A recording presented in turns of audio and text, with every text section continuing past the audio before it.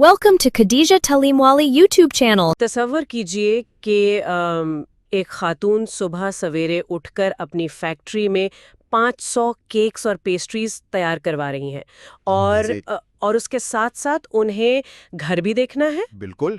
یعنی اسی دوران وہ واٹس ایپ پر ایک بڑے سپلائر کے ساتھ خام مال کی قیمت پر سخت بحث کر رہی ہیں.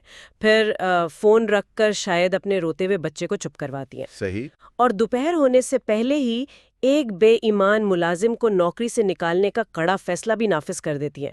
مطلب روایتی کتابیں تو ہمیشہ یہی بتاتی ہیں نا کہ قیادت یا تو مکمل طور پر آمرانہ اور سخت ہوتی ہے یا پھر ہمدردانہ اور نرم مزاج. ایگزیکٹلی.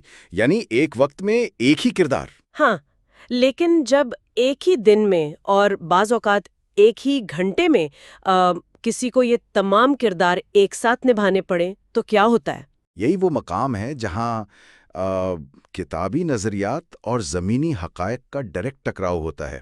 یعنی ایک لیڈر جب بقا کی جنگ لڑ رہا ہو تو وہ کسی ایک مخصوص کھانے میں قید نہیں رہ سکتا. صحیح بات ہے.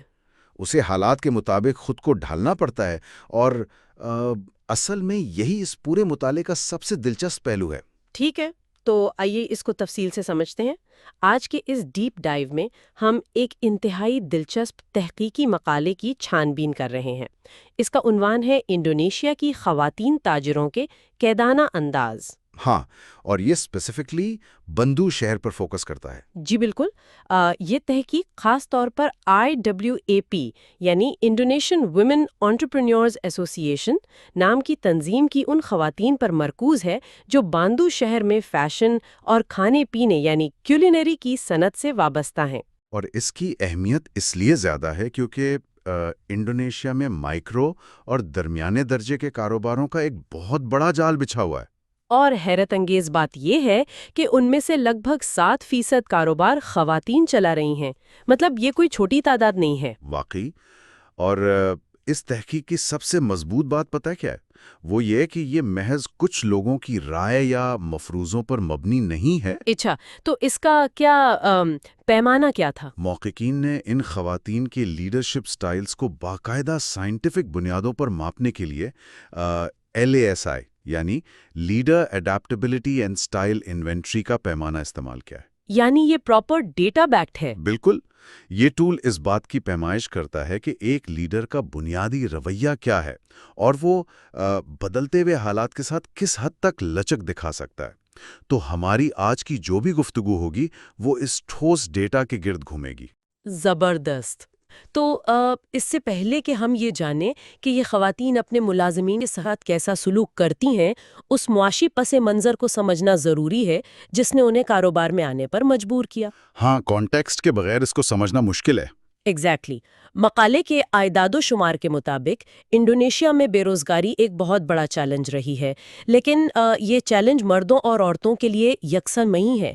مردوں میں بے روزگاری کی شرح صرف 2% ہے، جبکہ خواتین میں یہ شرح تقریباً دگنی یعنی 3.6% ہے. جی. تو اس کا مطلب یہ ہے کہ نظام خواتین کے لیے معاشی خود مختاری کے راستے خود بخود نہیں کھولتا، انہیں راستے خود بنانے پڑتے ہیں. اور اسی خلج کو پھٹنے کے لیے وہاں حکومت کی جانب سے نئے کاروبار شروع کرنے کے پروگرامز متعارف کروائے گئے جن میں کم مارک اپ والے قرضوں کی سہولت دی گئی.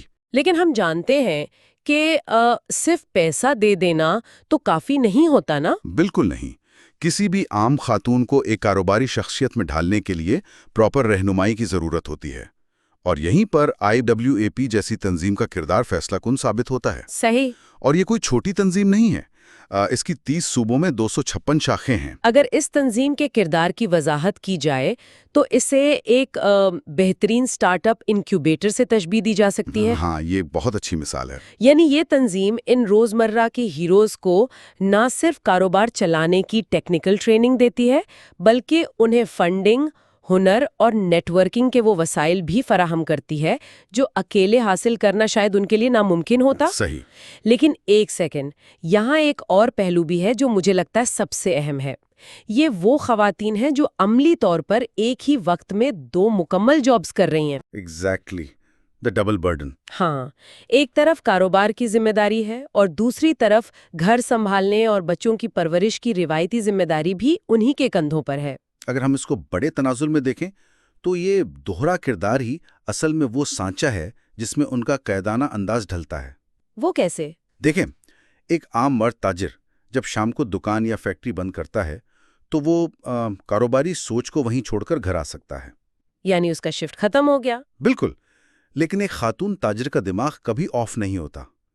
اسے اگلے دن کی کلائنٹ میٹنگ کے ساتھ ساتھ یہ بھی سوچنا ہوتا ہے کہ صبح بچوں کے اسکول کا لنچ کیا ہوگا۔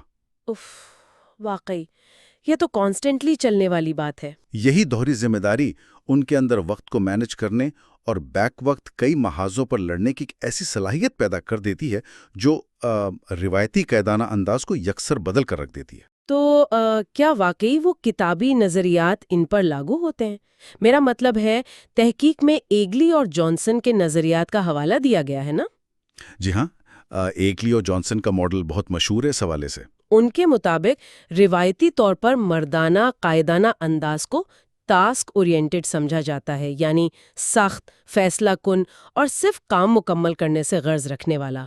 صحیح۔ جبکہ زنانہ انداز کو ریلیشن شپ اورینٹڈ مانا جاتا ہے، جس میں سارا زور گرم جوشی، تعلقات اور ہمدردی پر ہوتا ہے۔ اور اسی طرح ہرسی اور بلانچرڈ کے 4 لیڈرشپ سٹائلز کا بھی ذکر ہے مقالے میں۔ ہاں، ہرسی اور بلانچٹ کا جو ماڈل ہے وہ ڈائریکٹنگ، کوچنگ، پارٹیسپیٹنگ اور ڈیلیگیٹنگ پر مبنی ہے۔ یہ وہ بنیادی ڈھانچہ ہے جس پر برسوں سے انتظامی علوم کی عمارت کھڑی ہے۔ مطلب ہر سٹائل کا اپنا ایک خاص مقصد ہے۔ بالکل۔ ڈائریکٹنگ میں ایک لیڈر کا انداز خالصتاً آمرانہ ہوتا ہے، وہ بس حکم چلاتا ہے۔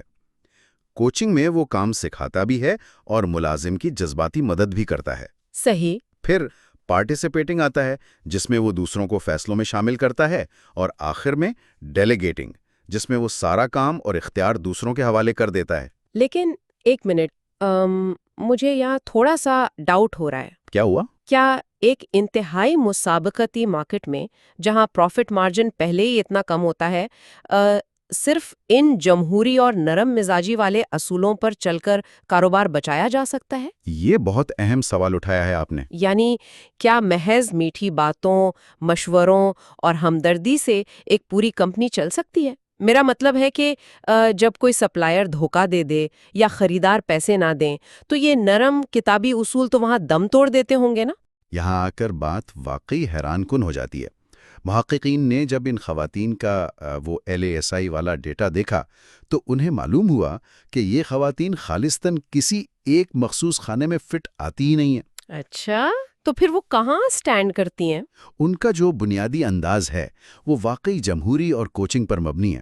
وہ اپنے ملازمین کی بھرپور حوصلہ افزائی کرتی ہیں، لیکن، اور یہ ایک بہت بڑا لیکن ہے، ہاں، خاص اور مشکل حالات میں وہ مکمل طور پر آمرانہ یعنی آٹوکریٹک انداز بھی اپنا لیتی ہیں۔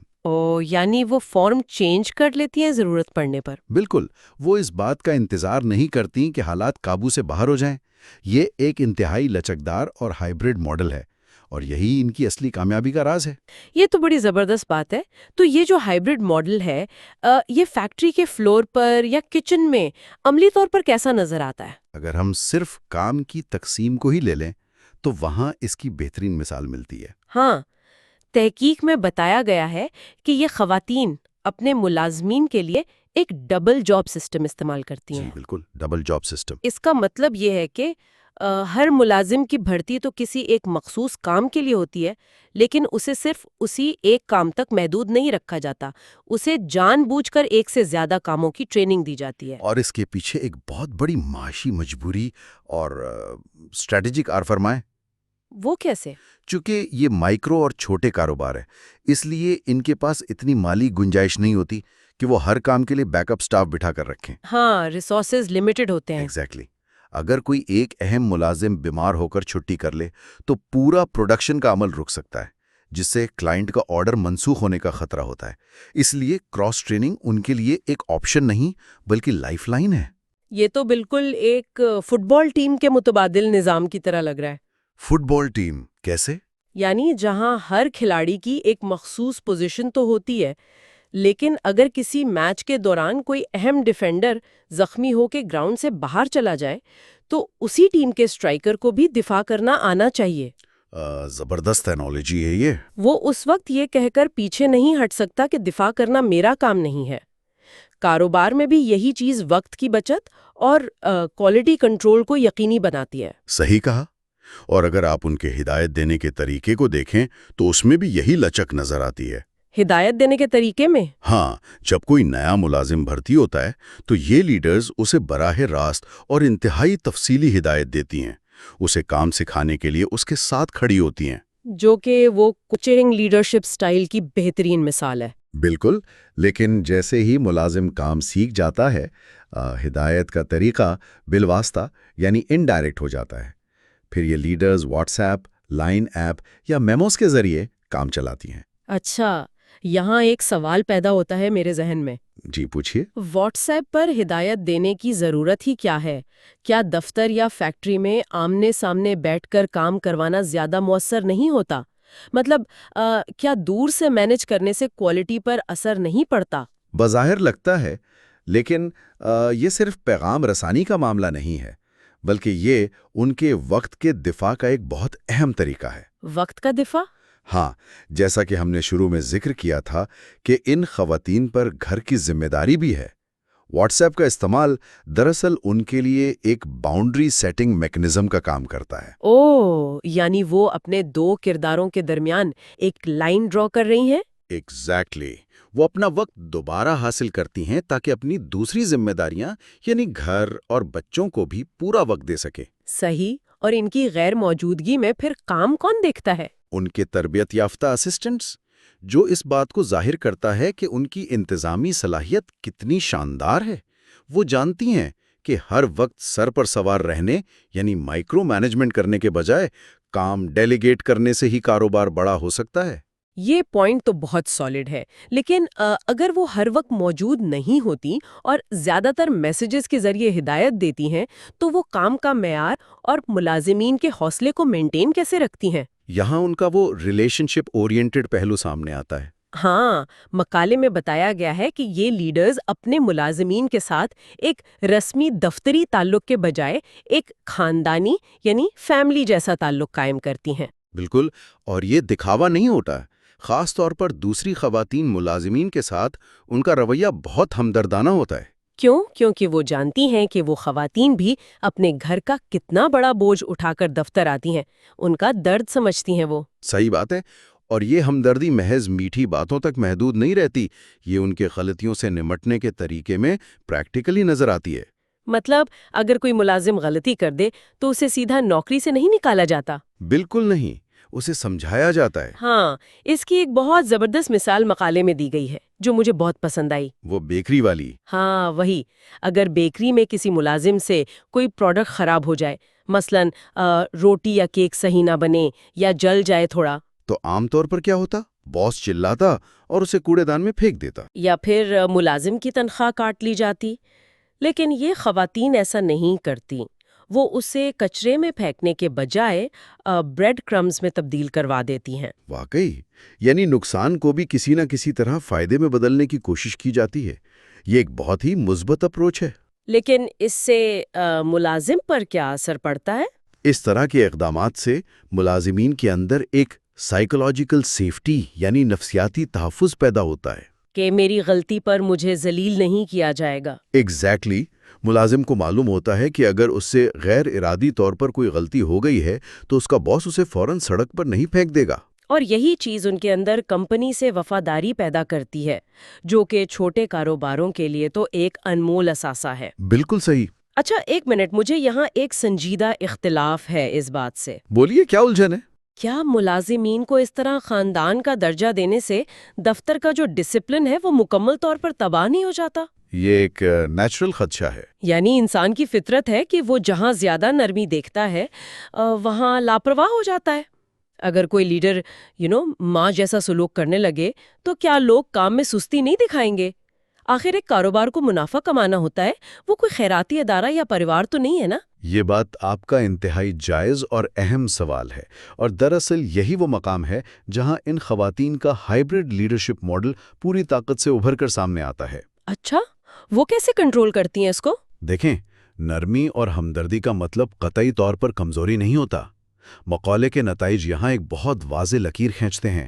یہ لیڈرز چھوٹی موٹی اور غیر ارادی غلطیوں کو تو ضرور برداشت کر لیتی ہیں، جیسے وہ کیک جلنے والی بات تھی۔ ہاں، لیکن جہاں بات بددیانتی کی آئے وہاں ان کی برداشت بالکل صفر ہوتی ہے، زیرو ٹالرنس۔ یعنی اگر کام نہ جاننے کی وجہ سے کوئی غلطی ہو تو معافی ہے، لیکن اگر نیت خراب ہو تو کوئی رعایت نہیں۔ ایگزیکٹلی۔ اگر کوئی ملازم سٹاک میں خرد برد کرے، چوری کرے یا جان بوجھ کر کام سے غائب رہنا تو اسے فوراً بغیر کسی نوٹس کے نوکری سے نکال دیا جاتا ہے۔ اوہ، تو یہاں ان کا وہ سخت روپ سامنے آتا ہے۔ جی، یہ وہ مقام ہے جہاں ان کا انتہائی آٹوکریٹک اور ٹاسک اورینٹڈ پہلو ایکٹیویٹ ہو جاتا ہے۔ وہ رشتوں کو اہمیت ضرور دیتی ہیں، لیکن کاروبار کی بنیادوں اور اصولوں پر کوئی آنچ نہیں آنے دیتی۔ یہ بیلنس قائم رکھنا ہی تو اصل لیڈرشپ ہے۔ واقعی، اور یہ اتنا آسان نہیں ہے۔ یہ توازن واقعی حیران کن ہے۔ لیکن اب تک ہم نے جو باتیں کیں وہ آئی وی پی کی تمام خواتین کے عمومی رویوں پر مبنی تھیں۔ صحیح۔ لیکن مقالے میں ایک اور بہت ہی دلچسپ انکشاف کیا گیا ہے، وہ یہ کہ صنعت یا انڈسٹری کی نوعیت بھی ان کی قیادت کا انداز بالکل بدل دیتی ہے۔ ہاں، فیشن اور کلینری والی بات، یہ بہت فیسینیٹنگ ہے۔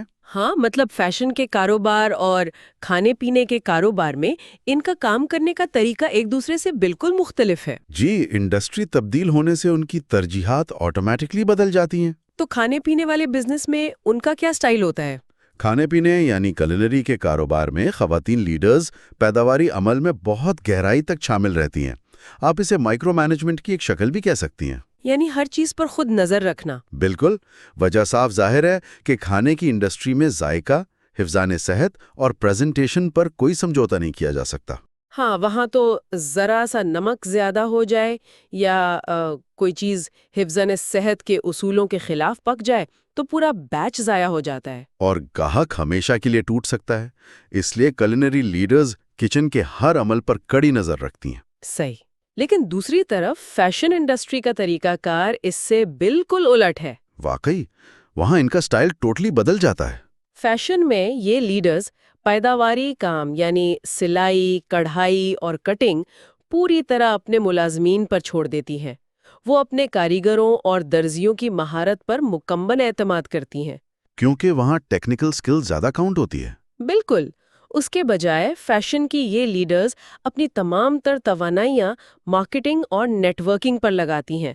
مقالے میں ان کے لیے ایک بہت زبردست اصطلاح استعمال کی گئی ہے کون سی؟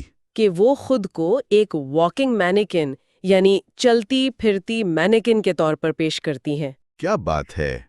یہ واقعی ایک بہت شاندار حکمت عملی ہے نا؟ یعنی وہ خود اپنے ڈیزائن کیے ہوئے کپڑے پہن کر مختلف تقریبات اور شوز میں جاتی ہیں تاکہ لوگ براہ راست ان کا کام دیکھیں اور ان کا نیٹ ورک بڑھے۔ ایک باشعور لیڈر وہی ہوتا ہے جس سے معلوم ہو کہ اس کی پروڈکٹ کا تقاضا کیا ہے۔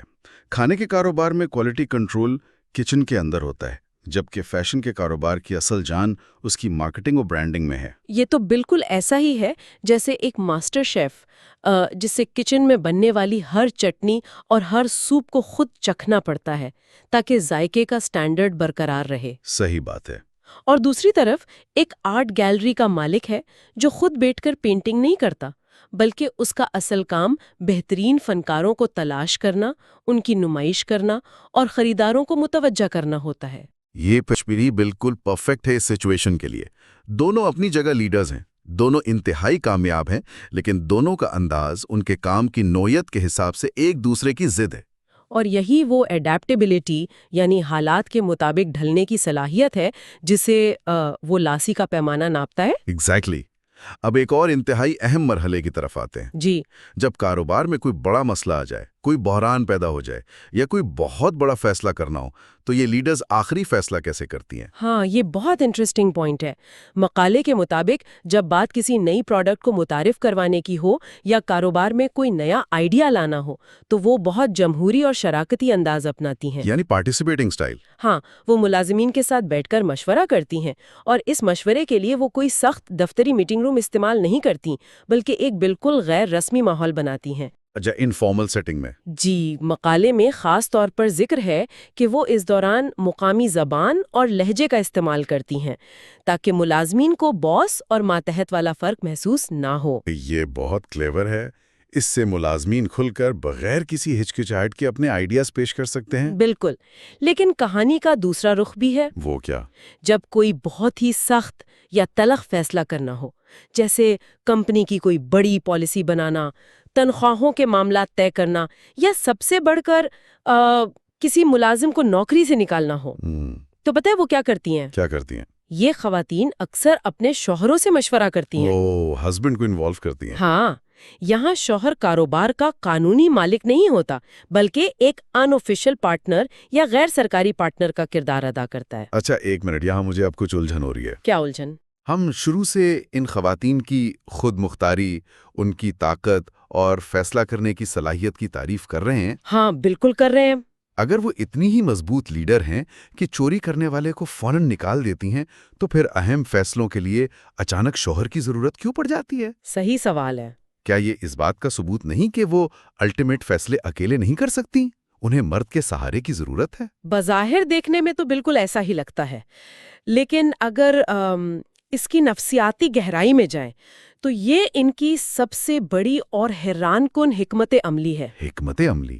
یہ کیسے؟ یہ ان کی خود اعتمادی کی کمی نہیں ہے، بلکہ یہ ایک ایموشنل شیلڈ یعنی جذباتی ڈھال کا استعمال ہے۔ Emotional shield? ذرا اسے تھوڑا اور واضح کریں۔ دیکھیں، جیسا کہ ہم نے پہلے بات کی کہ ایک خواتین اپنے ملازمین کے ساتھ ایک خاندان جیسا جذباتی رشتہ قائم کر چکی ہوتی ہیں۔ جی، وہ ماں جیسا رول پلے کرتی ہیں۔ اب اسی خاندان کے کسی فرد کو نوکری سے نکالنا یا اس پر سختی کرنا جذباتی طور پر بہت تکلیف دہ ہوتا ہے، اور اس سے وہ ٹرسٹ ٹوٹ سکتا ہے۔ صحیح بات ہے۔ اس لیے وہ اس سخت فیصلے کا بوجھ جان بوجھ کر ایک تیسرے فریق یعنی شوہر پر ڈال دیتی ہیں۔ ہاں، یعنی شوہر چونکہ اس جذباتی رشتے کا حصہ نہیں ہوتا، اس لیے وہ آبجیکٹو اور غیر جذباتی فیصلہ کرنے میں مدد دیتا ہے۔ ایگزیکٹلی۔ اور سب سے اہم بات یہ کہ ملازمین کے سامنے باس کا وہ نرم اور ماں جیسا تاثر برقرار رہتا ہے۔ کیا بات ہے! وہ آرام سے کہہ سکتی ہیں کہ میں تو تمہیں رکھنا چاہتی تھی، لیکن میرے شوہر نے اس فیصلے پر اصرار کیا ہے۔ واو! یعنی وہ شوہر کو مشورے کے لیے نہیں بلکہ اپنے بنائے ہوئے ورک کلچر کو بچانے کے لیے یوز کر رہی ہیں۔ بالکل، یوں کاروبار کا کلچر بھی بچ جاتا ہے اور سخت فیصلہ بھی نافذ ہو جاتا ہے۔ یہ فیصلہ سازی میں اپنی انا کو پیچھے رکھنے اور جذبات کے بجائے مکمل طور پر کاروباری مفاد کو سامنے رکھنے کی ایک شاندار مثال ہے۔ یہ نکتہ واقعی ذہن کے دریچے کھولنے والا ہے، اور دراصل یہی ان کے ہائبرڈ ماڈل کی معراج ہے۔ صحیح۔ وہ پریکٹیکلی ثابت کرتی ہیں کہ ایک لیڈر بیک وقت نرم دل اور ہمدرد بھی ہو سکتا ہے، اور جب ضرورت پڑے تو کاروبار کی بقا کے لیے سخت ترین فیصلے کرنے سے بھی نہیں گھبراتا۔ بالکل۔ ان کا یہ ماڈل ہمیں بتاتا ہے کہ لیڈرشپ کتابوں میں لکھی ہوئی چند لکیروں کا نام نہیں ہے، بلکہ یہ انسانی نفسیات، ہمدردی اور کاروباری فہم کا ایک بہت ہی خوبصورت امتزاج ہے۔ تو آج کے اس مفصل مطالعے سے یہ بات تو پوری طرح ثابت ہو گئی کہ IWAPI بندوں کی ان خواتین تاجروں کی کامیابی کا اصل راز ان کا لچکدار اور موقع کی مناسبت سے بدلنے والا قیادتی انداز ہے۔ اس میں کوئی شک نہیں۔ لیکن اس ساری گفتگو اور ان خواتین کے اتنے اعلیٰ طریقہ کار کو دیکھتے ہوئے میرے ذہن میں ایک نیا اور بہت ہی اہم سوال ابھرتا ہے۔ کون سا سوال؟ دیکھیں، آج کل کی اس جدید کارپوریٹ دنیا میں جہاں ریموٹ ورک اور ہائبرڈ کلچر بالکل عام ہو چکا ہے، ہاں بالکل۔ جہاں دفاتر کی 4 دیواریں ختم ہو رہی ہیں، لوگ اسکرین کے پیچھے ہیں، اور ڈیجیٹل مواصلات اور انسانوں کے درمیان اصل ہمدردی کی شاید اس وقت سب سے زیادہ ضرورت محسوس کی جا رہی ہے۔ صحیح۔ تو کیا ایسا نہیں لگتا کہ مستقبل کی بہترین لیڈرشپ کا ماڈل بالکل وہی ہے جو انڈونیشیا کی یہ خواتین تاجر آج اپنے چھوٹے کاروباروں میں اتنی کامیابی سے استعمال کر رہی ہیں؟ یہ واقعی بہت پروفاؤنڈ پوائنٹ ہے۔ مثلاً کیا دنیا بھر کی روایتی کارپوریٹ دنیا اور ان بڑی بڑی ملٹی نیشنل کمپنیوں کو اب وہ پرانی کتابیں چھوڑ کر ان خواتین سے قیادت کے گر سیکھنے کی ضرورت نہیں ہے؟ بالکل ہے۔ جہاں وہ اس بلیک اینڈ وائٹ سوچ کو چھوڑ کر جذبات، سختی اور لچک کے اس حقیقی ہائبرڈ ماڈل کو اپنائیں۔ مجھے لگتا ہے فیوچر آف ورک وہی ہے۔ واقعی یہ وہ اہم سوال ہے جس پر ہم سب کو غور کرنے کی ضرورت ہے۔ آج اس گفتگو میں حصہ لینے کے لیے سب کا بہت شکریہ۔ Thank you for watching Khadija Talimwali YouTube channel.